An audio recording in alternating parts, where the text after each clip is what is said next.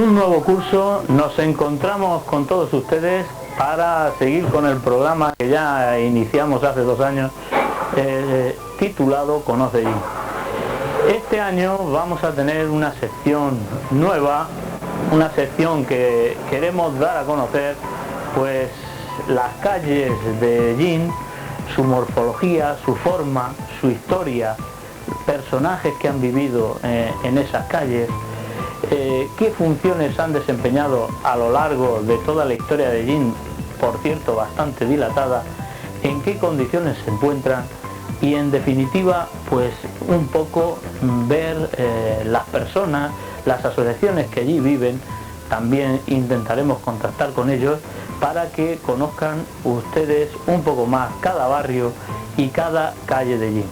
Intentaremos que sea de todo su interés y que con estos programas pues se conozca un poco más allí.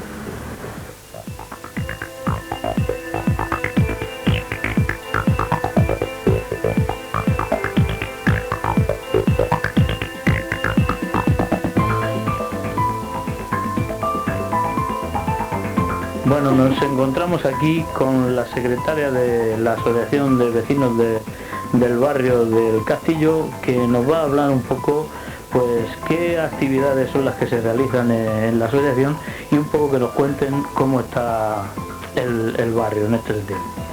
Pues ahora mismo actividades solamente tenemos programadas lo de la carroza de la feria y poco más. Y entonces... Las fiestas y todo esto, ¿cómo las preparáis? ¿Para cuándo son? Pues las fiestas son en julio, pero vamos, eso está la concejala esta de la de festejos, que yo de eso no llevo nada, es decir, que no tengo ni idea de cómo va esto. Entonces... En cuanto a las calles y todo esto, vais viendo que cada vez, cómo está la habitabilidad, cada vez vive más gente, menos gente, contarnos un poco cómo está la situación. Hombre, lo que es aquí sigue viviendo la misma gente, ahora solamente hay más chiquillos y demás, porque claro, nosotras hemos tenido hijos y eso y hay más gente, pero vamos, es mucha gente mayor, muy follonera, pero bueno, gente mayor. Bueno, ¿qué principales dificultades así se tienen en cuanto a infraestructuras? Es decir, ¿cómo está el alcantarillado, por ejemplo, el agua, todo esto? ¿Todas las casas tienen agua y alcantarillado? ¿O por ser un sitio que está, pues un poco en alto y que es la zona más antigua de Jin, en qué situación se encuentra? Hombre, los alcantarillados, agua hay en todas las casas, excepto en 2 o 3, pero bueno, esas que están deshabitadas. Luego las calles están muy mal, eso sí, no hay limpieza. Las casas también, hay muchas casas que las tienen las peñas y se están cayendo y muy sucias. Que no se preocupan de venir a limpiar las calles ni nada de eso. Vamos a ver, y entonces, ¿qué creéis vosotros que se podría hacer con estas calles, tan estrechas y que es la parte antigua de Jin?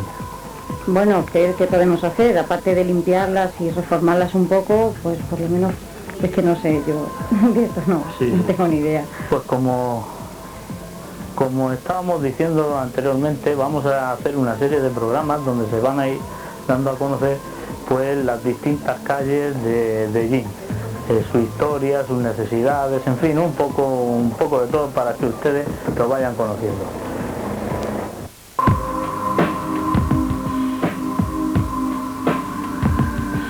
Bueno, pues aquí nos encontramos en lo que sería la entrada del castillo, el acceso a la puerta principal, una puerta principal que se encontraba allí tras el acceso del foso, al que luego veremos, y que pues era el lugar donde coincidía el cinto amurallado que venía por allí, por la calle Sacramentos, venía a coincidir aquí en la puerta principal.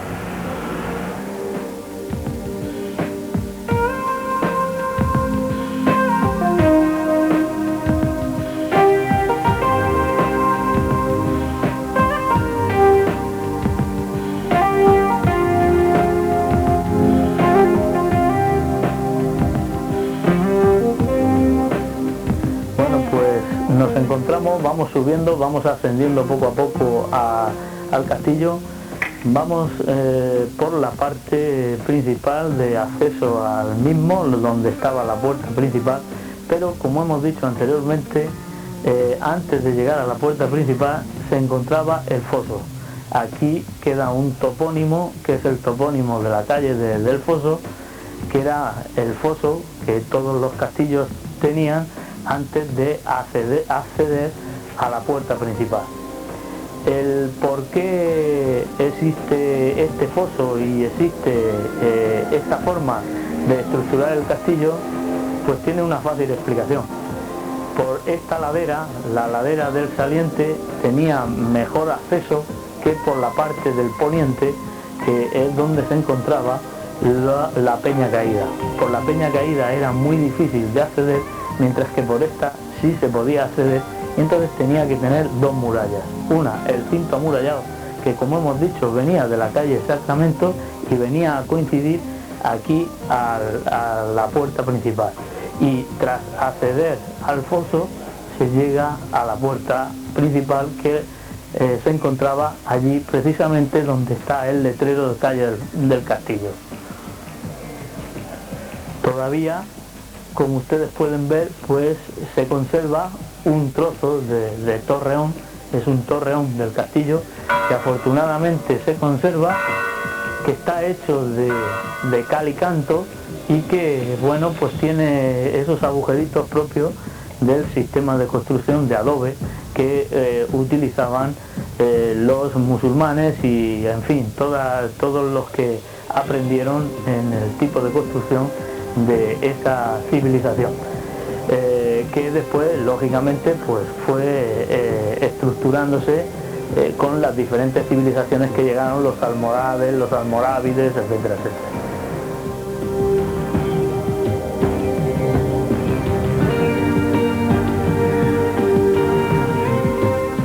Bueno, pues continuamos ascendiendo un poquito más y nos encontramos en pleno foso. El foso que servía de defensa para la puerta principal del castillo, ya que, como hemos dicho, los enemigos normalmente siempre accedían por la parte más vulnerable, y la parte más vulnerable era precisamente donde nosotros nos encontramos. Allí, hemos dicho, coincidía ese cinto, pero aquí estamos ya en pleno foso, lo que sería el foso del que ha quedado el topónimo, calle del Foso. Y bueno, pues cuenta la leyenda que aquí, incluso pues con un poquito de agua, había quien decía que echaban cocodrilos con el fin de que los enemigos, cuando llegaran, pues se tropezarán con algún susto que otro. Una anécdota que, en fin, no sabemos qué hay de verídico de eso, pero que es así, nos lo han ido transmitiendo, y bueno, pues así creemos que ha ido ocurriendo. Aquí tenemos el estado actual y luego el acceso a la puerta principal del castillo, la calle del castillo, que ahí es donde ya se accedía, se tiraba el puente y se abría la puerta de la fortaleza para introducirse a la hora de la llegada de los enemigos y guarecerse. Estuvo funcionando hasta el siglo XVIII, pero bueno, pues hasta el siglo XVI estuvo ocupado por guardianes, por soldados, y a partir de ese momento, sobre todo a partir de la segunda mitad del siglo XVI, solamente se quedó un alcaide que estaba en manos de los Valcárceles, de la familia de los Valcárceles, y que continuó siguiendo así hasta, bueno, pues hasta que el recinto dejó de utilizarse.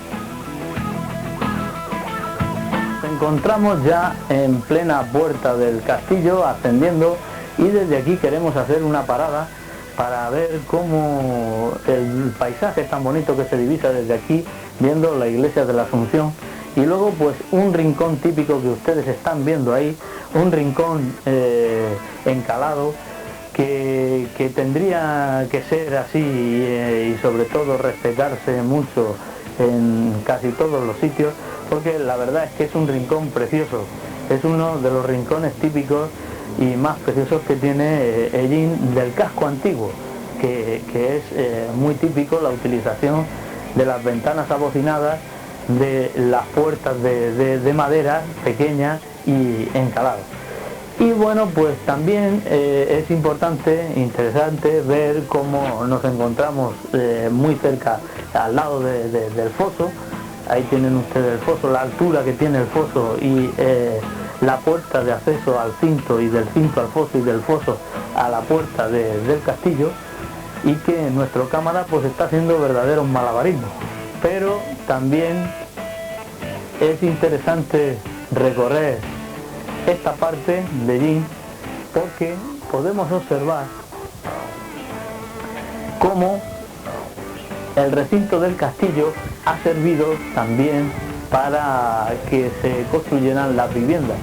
De tiempo inmemorial se han ido ya construyendo viviendas, aprovechando pues las paredes, los muros del castillo. Un castillo bastante amplio, como hemos visto.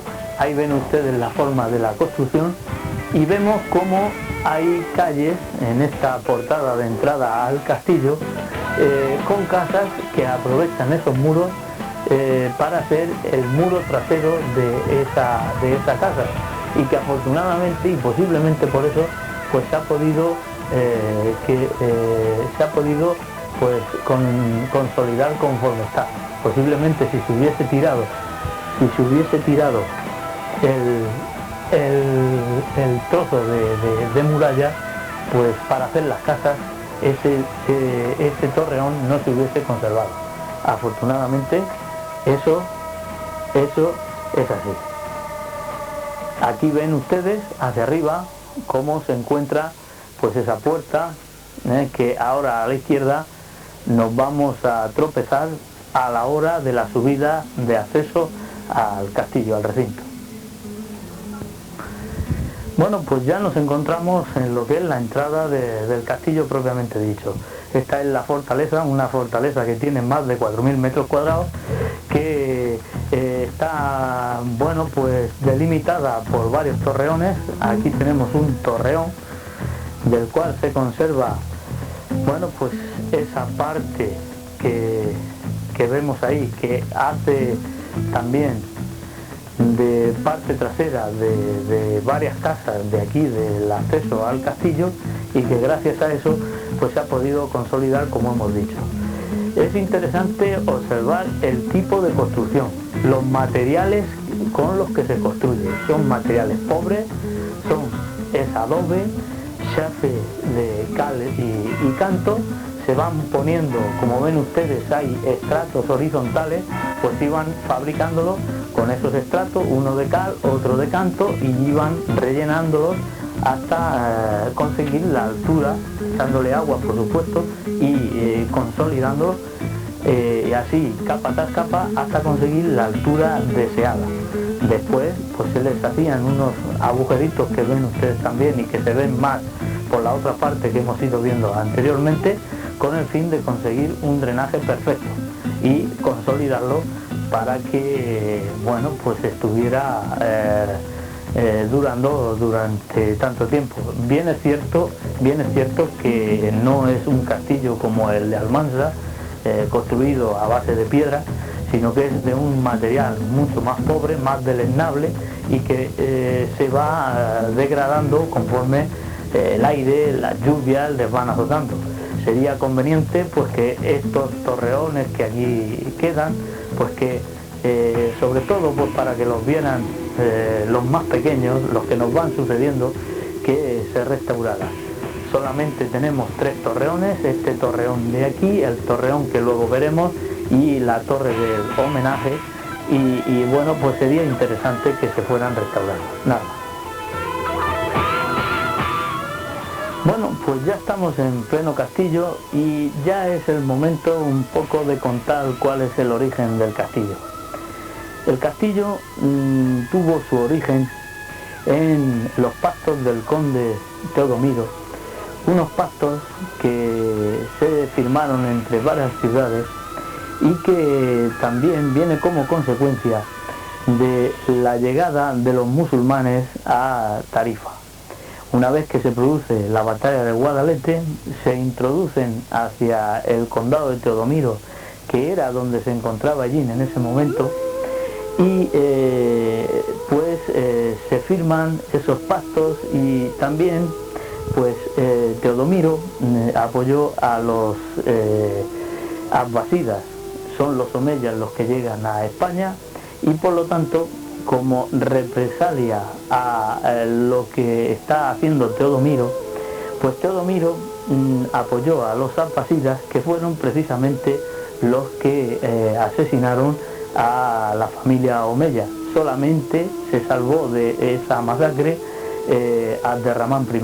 Abderramán I llegó a España y conquistó, como ustedes saben, pues toda España, y los musulmanes se introdujeron, los árabes se introdujeron en España. Como consecuencia de eso, Teodomiro fue castigado, le quitaron la capital de la Cora de Tuzmil a Teodomiro de Orihuela, que era donde estaba situada, y la trasladaron allí. Entonces tenían que construir una ciudad nueva. Esa ciudad nueva era Ellín.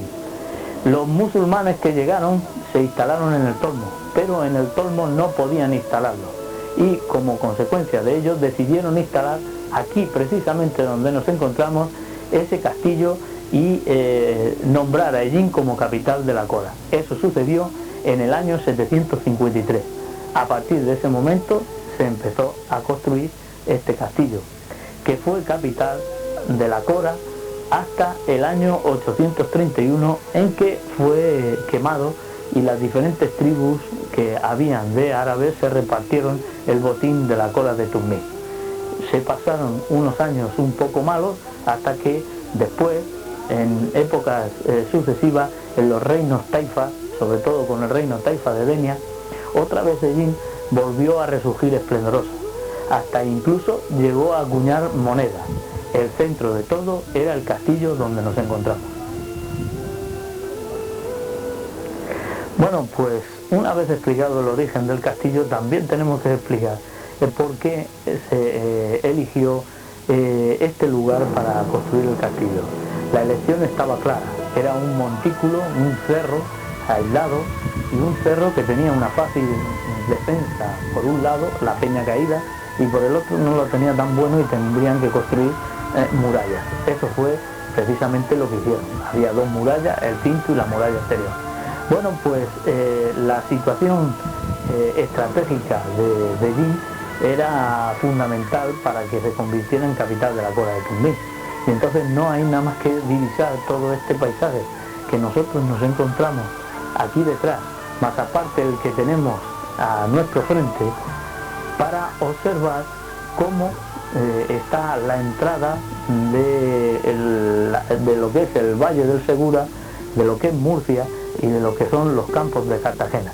Ese es el acceso natural hacia la parte de Cartagena, hacia la parte de Murcia, que seguía pues el valle de los ríos Mundo y Segura. Desde aquí se divisaba, se podía controlar la posible llegada pues de enemigos desde esa parte.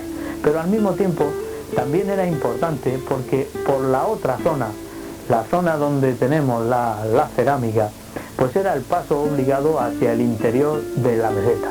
Por lo tanto, el Cerro del Castillo divisaba, controlaba esos dos accesos que eran fundamentales para poder defenderse.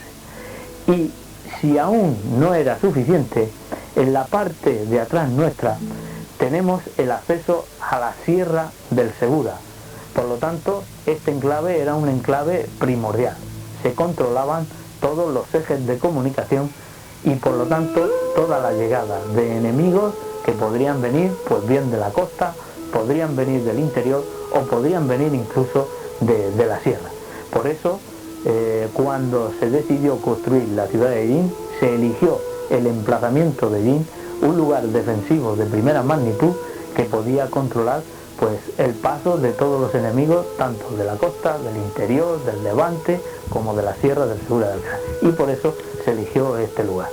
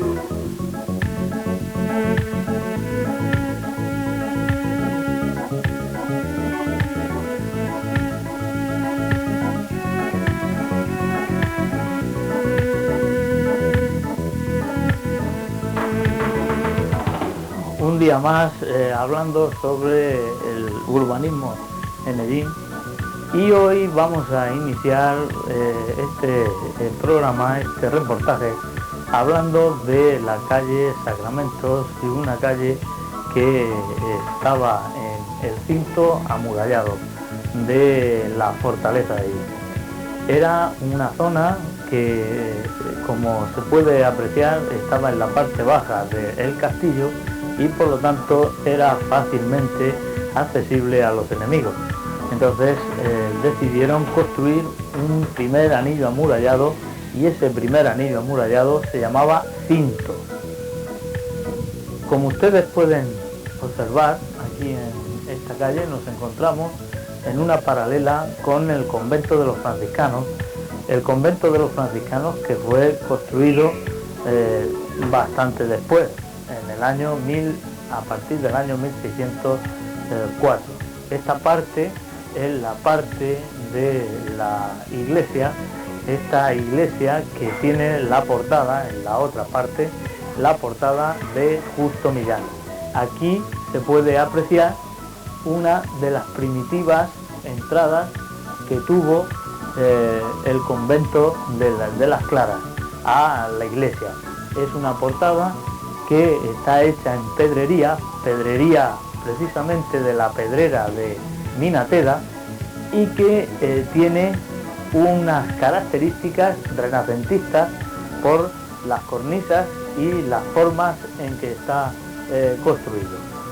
Si ustedes pueden apreciar también aquí cómo el modelo de construcción de estas paredes que siguen el modelo del castillo que vimos en el anterior reportaje, es decir, el adobe, cal y canto, y por lo tanto, como dijimos, pues mampostería con una serie alternante de cal y canto que se va prensando y que así va consiguiendo su altura.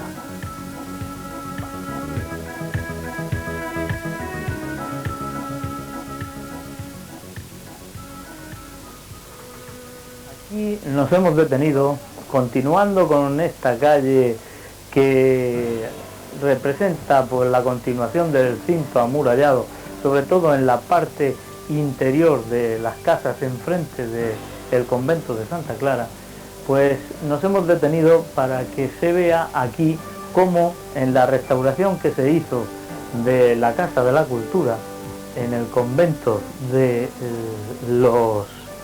las Monjas Claras, bueno, pues hay unas esquinas de ladrillos de cara vista que ustedes pueden apreciar aquí, y que fue una forma muy típica de construir en el Renacimiento, a finales del Renacimiento y principios del Barroco. Aquí pueden apreciarlo, y pienso que fue un acierto el sacar al descubierto estos ladrillos de cara vista.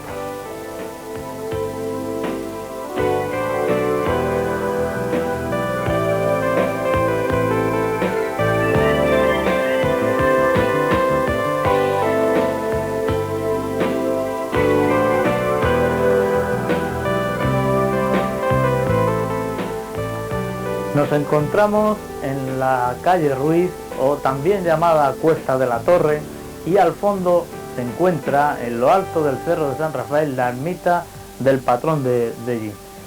Ahora vamos a empezar a hablar solamente de esta calle, de este trozo de calle que tiene ese nombre, ese primer nombre de Cuesta de la Torre, porque precisamente aquí cuenta, bueno, pues algunos de los documentos que se han consultado para establecer la evolución del urbanismo en Hellín, que estaba una torre aquí precisamente enfrente, ahora en la segunda toma lo veremos, una torre que era la torre de la villa, por eso precisamente ha tomado esa denominación.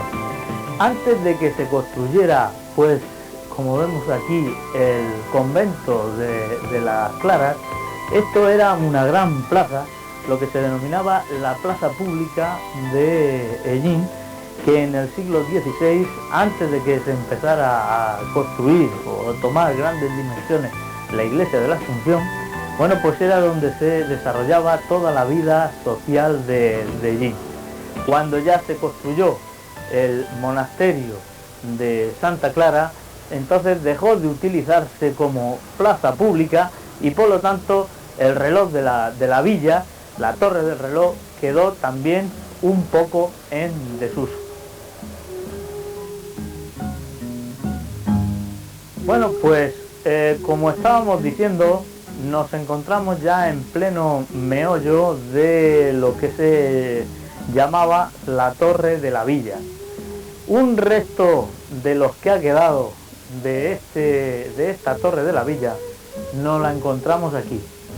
Aquí precisamente ha quedado una huella de eso que estábamos diciendo y que coincide perfectamente con el entramado que el castillo realizó en todo este espacio urbano. Es un resto que, bueno, nos ha ido delatando a través de este topónimo y a través también de los documentos cómo la torre de la villa era una realidad aquí en esta parte, y este conjunto formaba, junto con la entrada de del castillo y toda la zona que había antes de la construcción de la iglesia de la Asunción, la plaza pública, antes del año, podríamos estar hablando del año 1500. Incluso en el interior de estas casas, pues nos encontramos todavía pegados en la parte interior de estas casas, pues restos de murallas del castillo, del cinto amurallado, que era la continuación y que venía a coincidir perfectamente con esta torre de la villa. Con eso se quedaba perfectamente defendida toda esta parte de la ciudad, que era la parte más vulnerable a la hora del ataque de los enemigos. Por eso construyeron este primer anillo defensivo.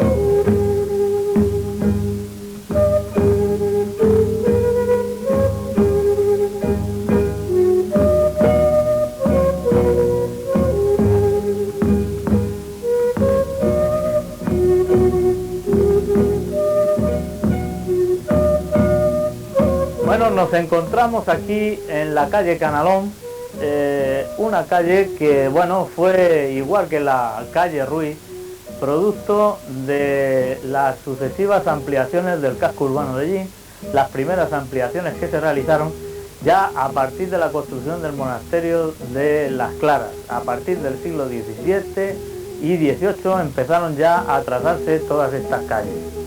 Estas calles que vuelven a incidir en un trazado que era de la época que en geografía se llama época preindustrial, modelo preindustrial, con calles muy estrechas, laberínticas.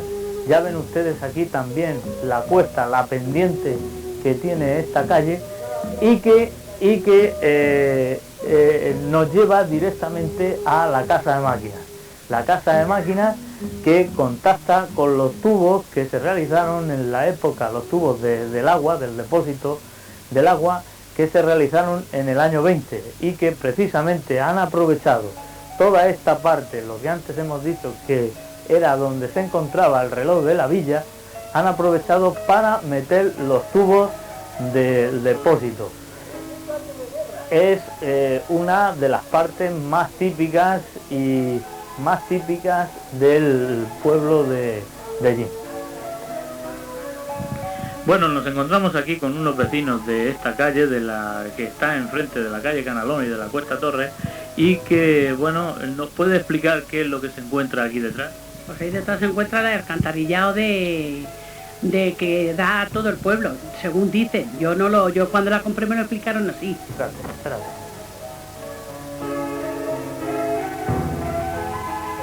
Bueno, pues nos encontramos aquí en la puerta de Alcaraz. Una puerta de las 3 que tenía Ellín hasta el siglo XVIII. La puerta de Alcaraz, la de Murcia y la Portalí. Aquí precisamente era donde estaba esta puerta y donde salía el camino real de Alcaraz.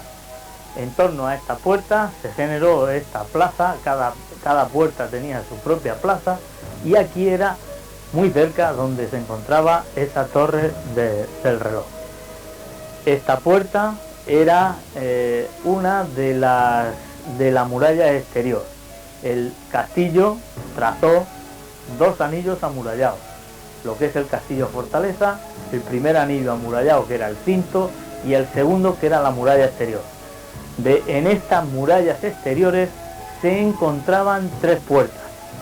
Esta es una de ellas, la puerta de Alcaraz, y esta puerta continuaba con la muralla hasta San Rafael. Detrás de esta puerta y bajando estas escalinatas se encuentra el Pozo de los Perros. El Pozo de los Perros era el lugar donde los judíos se aglutinaban porque les gustaba estar cerca de las puertas de entrada a la ciudad. Ellos se dedicaban al comercio, se dedicaban a cambiar unas cosas con otras, sobre todo a las joyas, se dedicaban también a comprar pieles, y ese era el lugar ideal. ¿Por qué? Pues porque la puerta de Alcaraz era una de las que comunicaba con el Camino Real, y el Camino Real en esos momentos, en el siglo del siglo XI al siglo XVI, era uno de los que más trajín llevaba.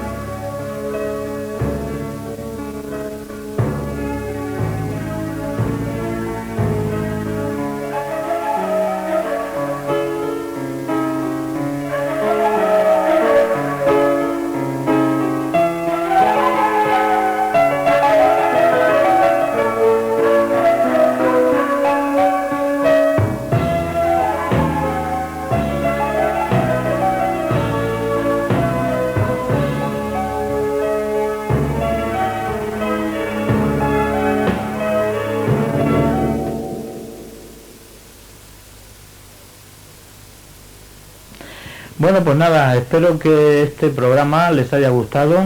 Hemos tratado de mostrarles pues unos pequeños retazos de nuestra cultura y de nuestro patrimonio, y por último darles las gracias a todos los que nos han ayudado a que sea posible este programa, los invitados que sin ellos no podría ser, y que una vez más han estado aquí cumpliendo con nosotros. Nada más y muchas gracias, y que ustedes lo pasen bien.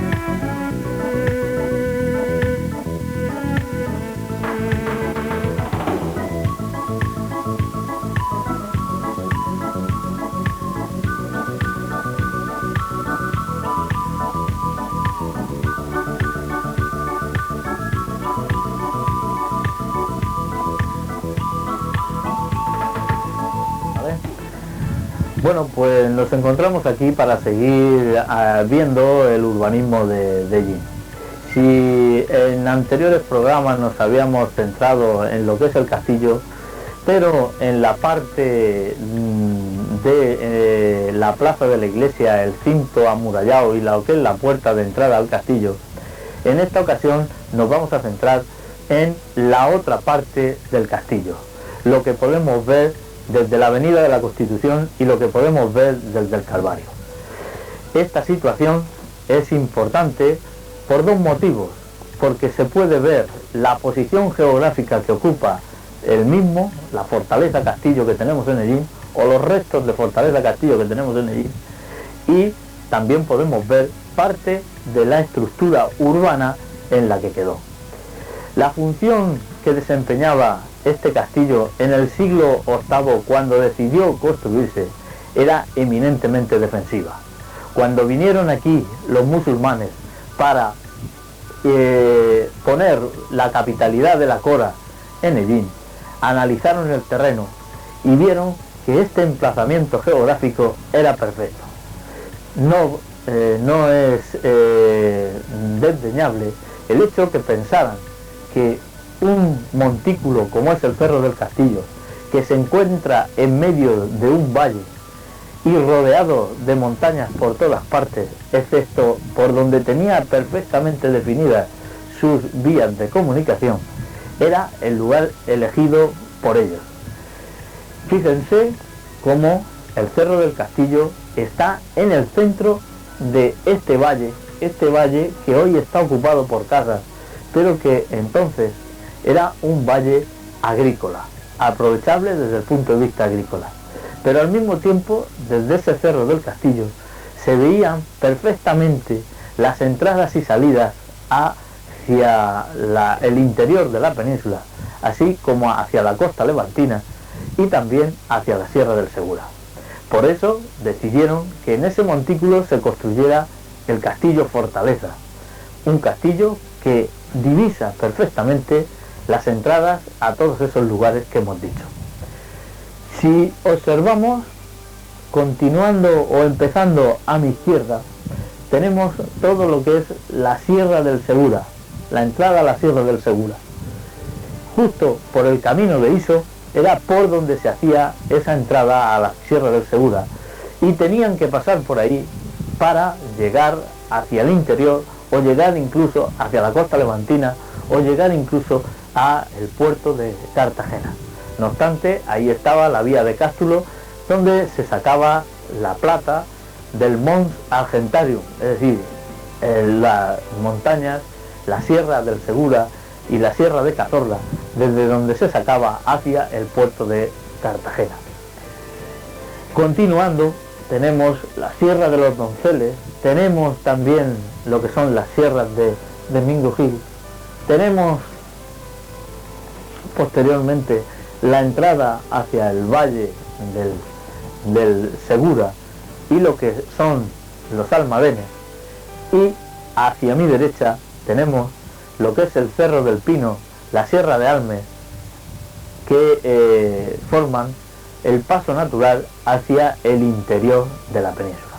Por eso los musulmanes decidieron construir aquí este castillo fortaleza, un paso importantísimo que le hizo obtener muchos beneficios, ya que fue nombrada capital de la Cora de Tuzmir.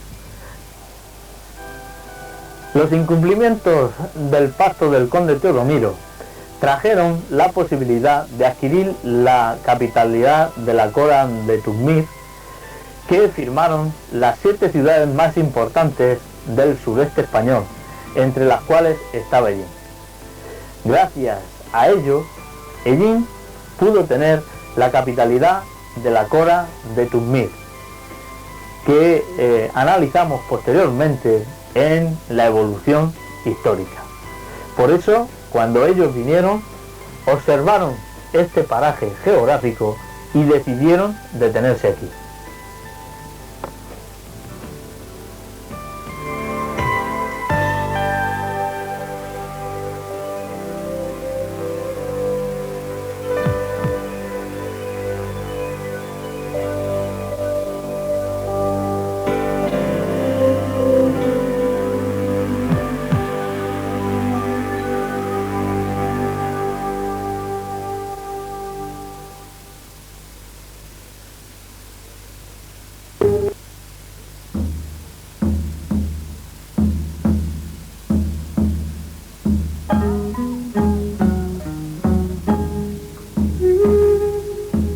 Nos encontramos aquí en el Cerro de Santa Bárbara, junto al depósito del agua, para observar la estructura urbana a que dio lugar la construcción del castillo fortaleza de Llín.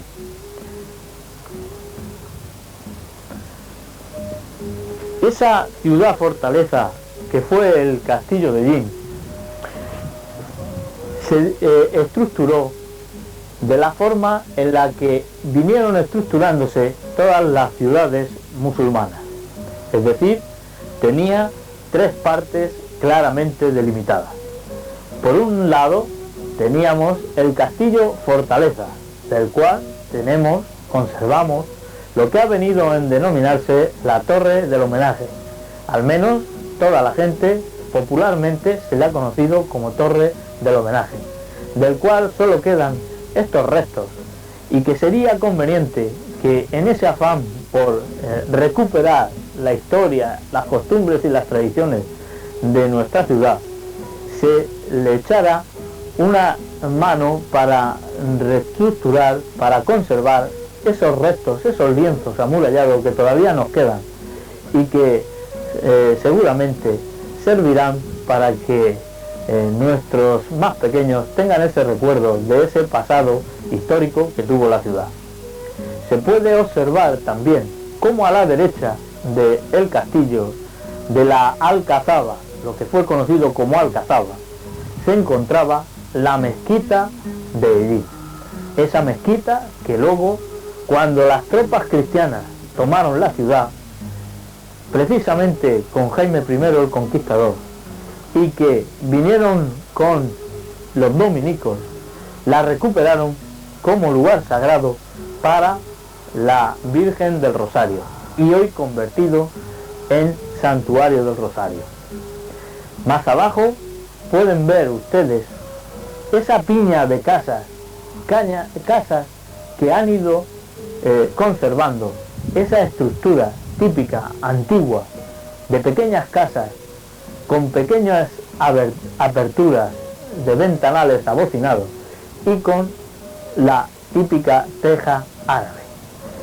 Era la zona residencial, justo en torno a la Plaza del Pichón, que estaba debajo justo de la entrada a la mezquita, y alrededor de ella se construyeron una serie de calles como Beso, Ánima, Mensaje y Peligros y otras más, que fueron a converger a esa zona central, esa plaza central que fue conocida como Zoco.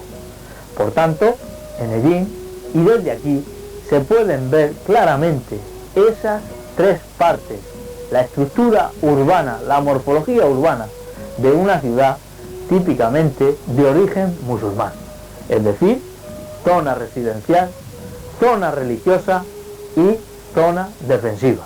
No obstante, el castillo de Llín fue construido para cumplir una función defensiva dentro de la Cora de Turmir.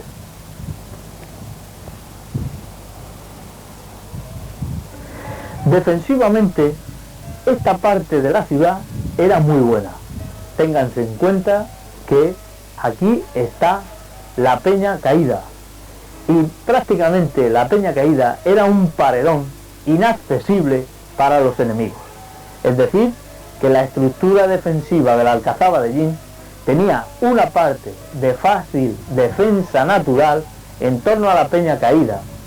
Como ven ustedes, esa piedra que cayó gracias a un terremoto del siglo XVIII, pero que se ha mantenido intacta y que hacía que cuando se acercaban los enemigos, por ahí fuera casi imposible de acceder a la fortaleza. En cambio, por la otra parte, donde vimos en semanas anteriores, era mucho más fácil la accesibilidad, ya que poco a poco se va ascendiendo, y por eso tuvieron que construir dos anillos defensivos, el cinto y la muralla exterior, con sus tres puertas, como la de Alcaraz, Murcia y Puerta de Alí, o Portalí.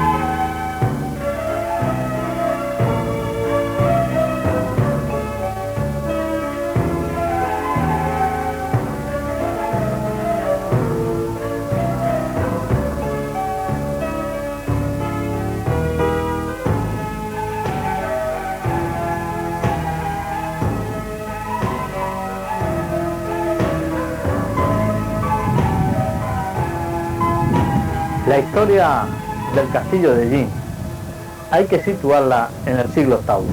Anteriormente, la población se situaba en el Tolmo de Minateda, cuando llegaron los musulmanes.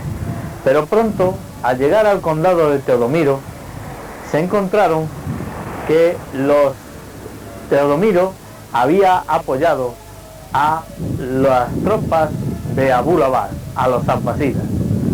Como los omeyas eran enemigos inexcusables de los abbasidas, decidieron construir una ciudad diferente a Orihuela como capital de la Cora. Tampoco estaban contentos con la situación que había en el Tolmo de Minateda por la antigua predilección por Teodomiro. Por tanto, una ciudad nueva que fue la ciudad de Iyu y que pertenecía a esa Cora de Tuzmir que era propiamente ya de influencia omeya. Eso ocurrió en el año 759, cuando empezaron a construir el castillo. Se le nombró capital, posteriormente hasta el 831, en que fue quemada.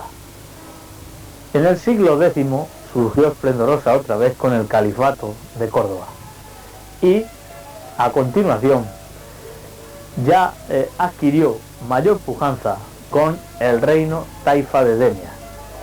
En ese reino taifa de Denia acuñó moneda, puesto que se consideró imprescindible por su posición geográfica para que sirviera de punto medio de enlace con la Sierra del Segura, ya que el reino taifa de Denia no se quería quedar sin madera como le sucedió a Almería, y por eso se aseguró Ellín para que le surtiera de madera de la Sierra del Segura.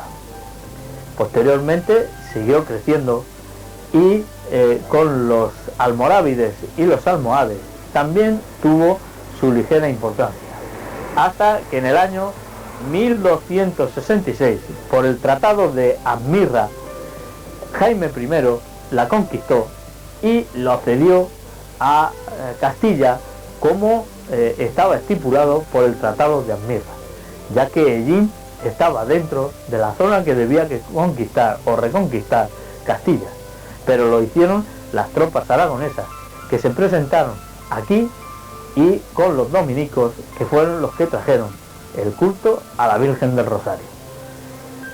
Posteriormente se cedió a Castilla y ya Fernando IV fue quien lo donó a don Juan Manuel, y así pasó al señorío de Villena, que posteriormente se convirtió en marquesado de Villena. El castillo siguió esplendoroso durante los siglos sucesivos, ya que los ataques, las incursiones de las tropas moriscas eran importantes. Ahí tenemos la batalla de Huesca, ahí tenemos la batalla de la Matanza, de los Calderones, y los ataques de los turcos, que algunas veces realizaban sus incursiones desde la costa mediterránea, como el ataque de Barbarroja. Así, hasta el siglo XVIII, capitaneado por la familia de los Balcarces, estuvo protegido el castillo.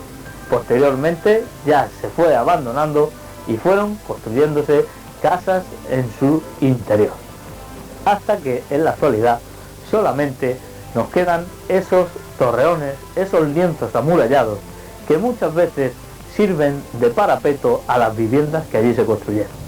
Sería conveniente que se viera eso de castillo fortaleza y que se restaurara por lo menos las 3 torres que nos quedan todavía, puesto que en el momento que pase algo de más tiempo, estas torres se vendrán abajo.